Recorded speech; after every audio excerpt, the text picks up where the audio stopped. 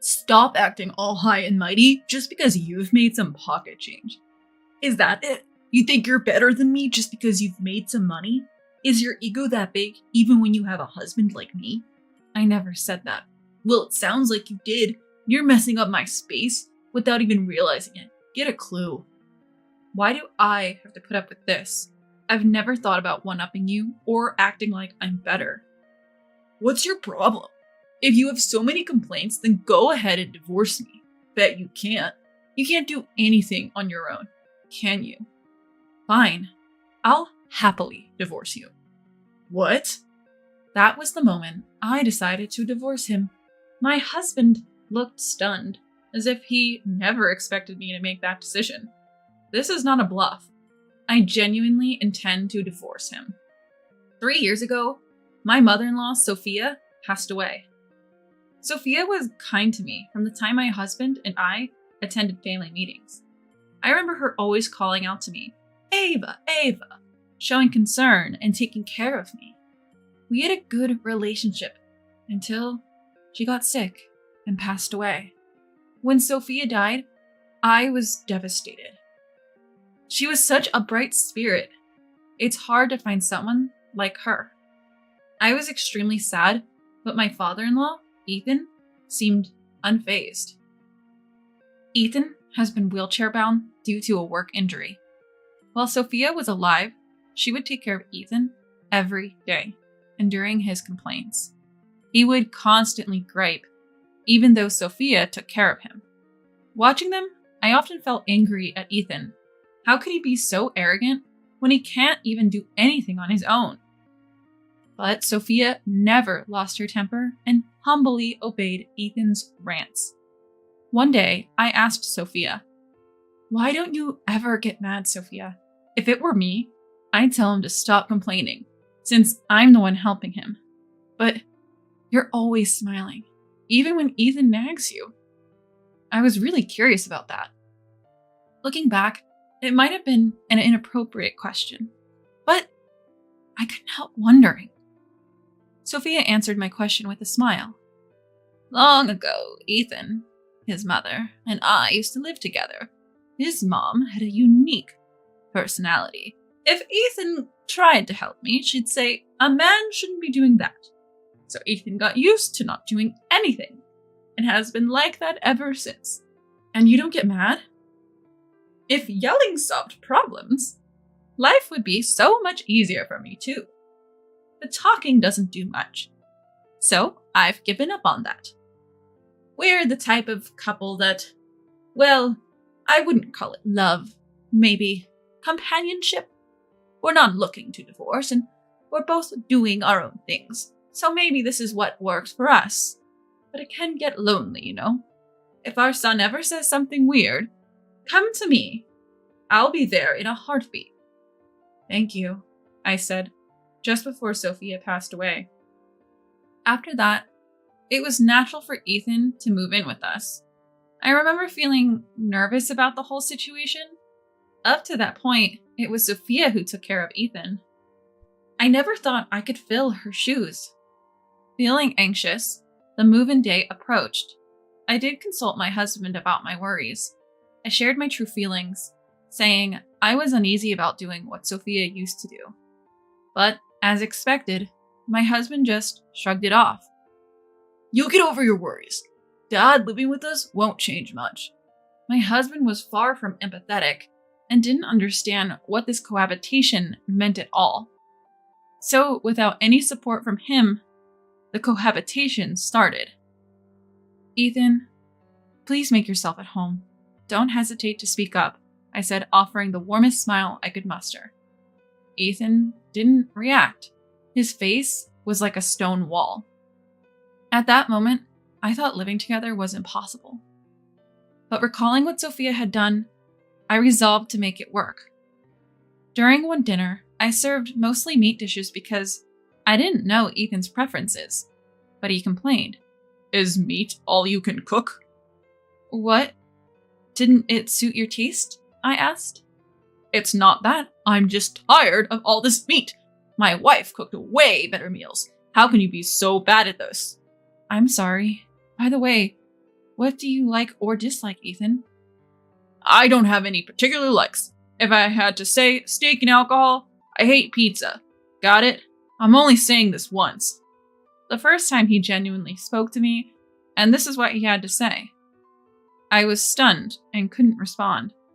It was only a week into his living with us. I thought it was impossible, but then considered maybe all I needed to do was diversify the meals. But Ethan found reasons to complain about everything, like his personal items and laundry.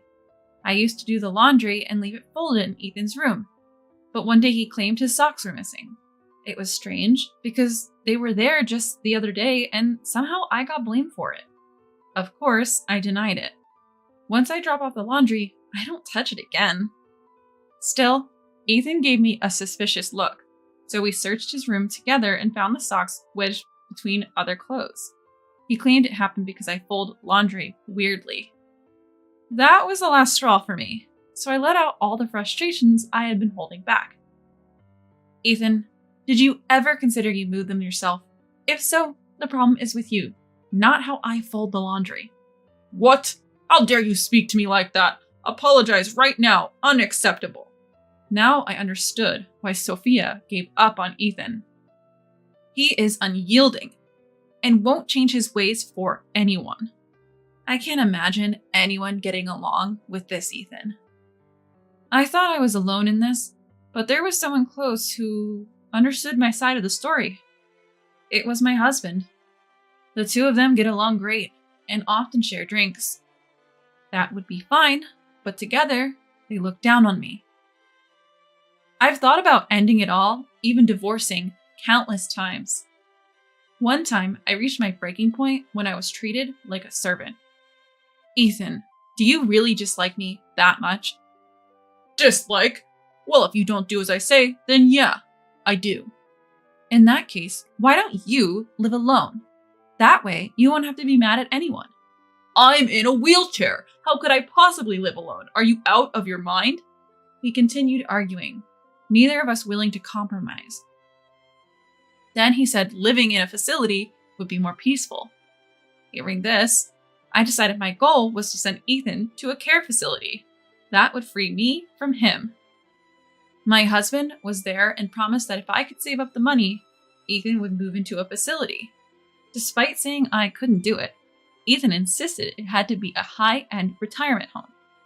That would cost roughly $70,000. Normally, I'd think it was impossible. But my goal was to get rid of Ethan, so I was determined to save up $70,000.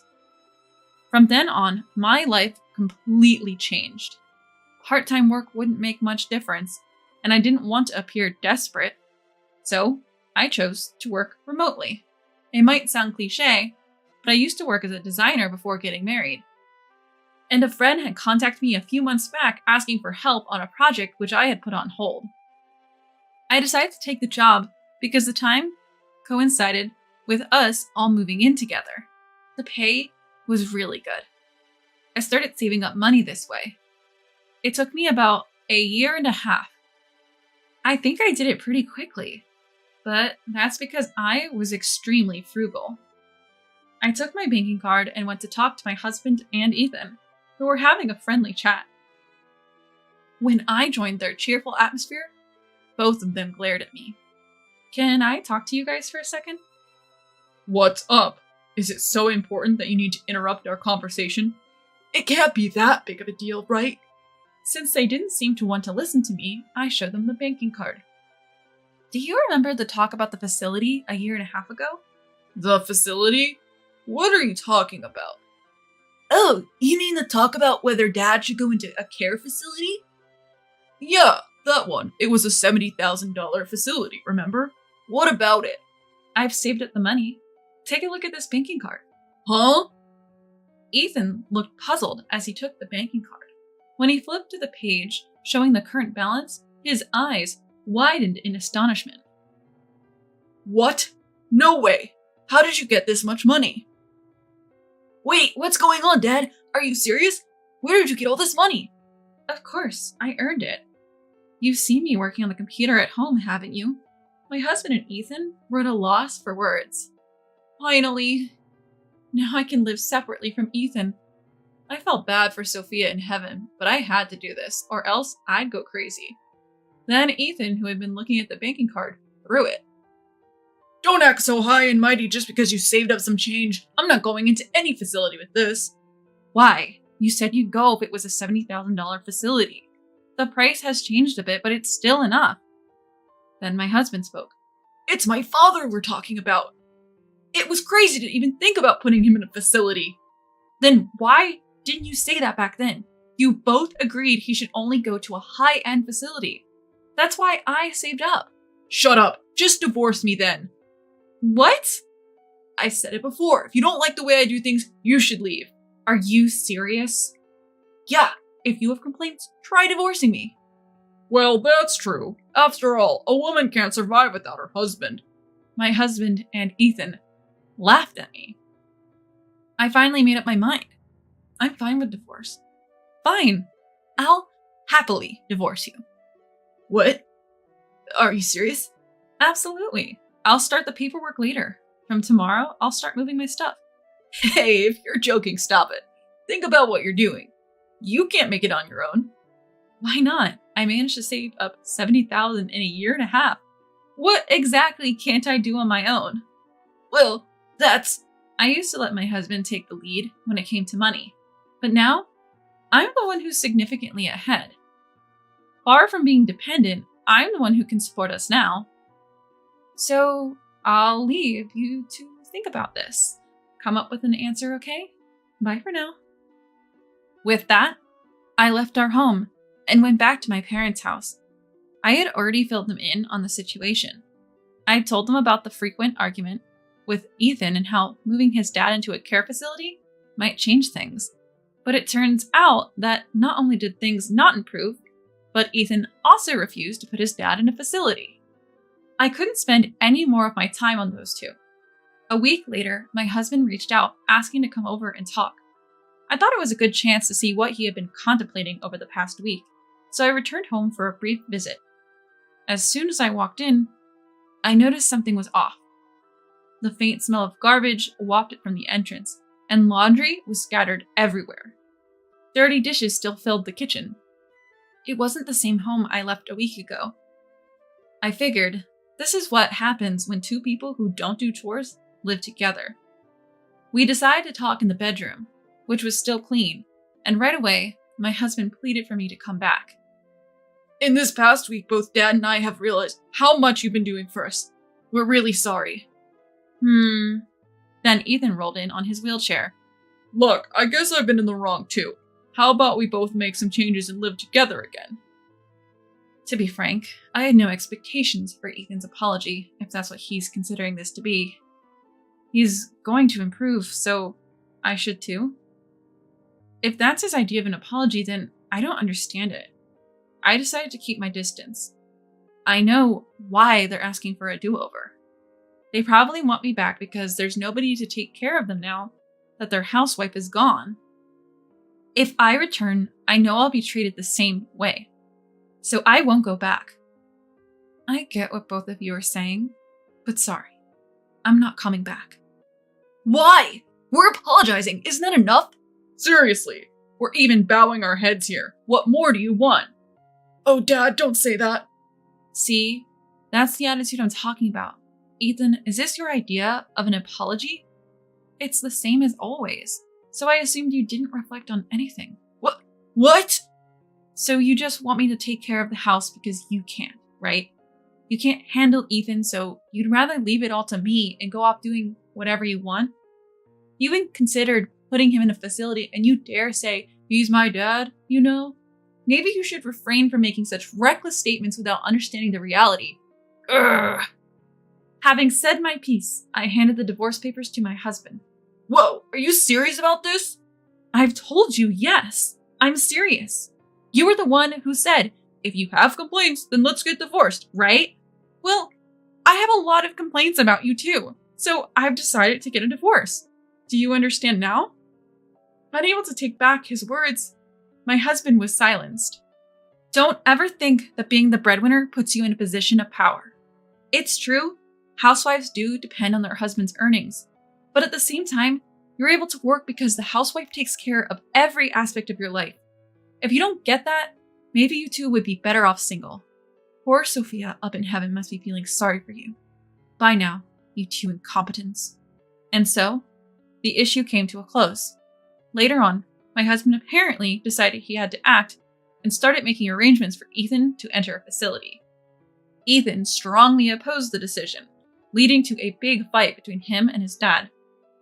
Their relationship, once close, rapidly deteriorated, and now my husband is reluctantly completing the paperwork for the facility. Since then, work has been going well for me. If things continue like this, I'll probably be aiming for a higher income. Right now, I'm enjoying my work, but I do hope to build a warm family someday. However, for now, I just want to enjoy being on my own.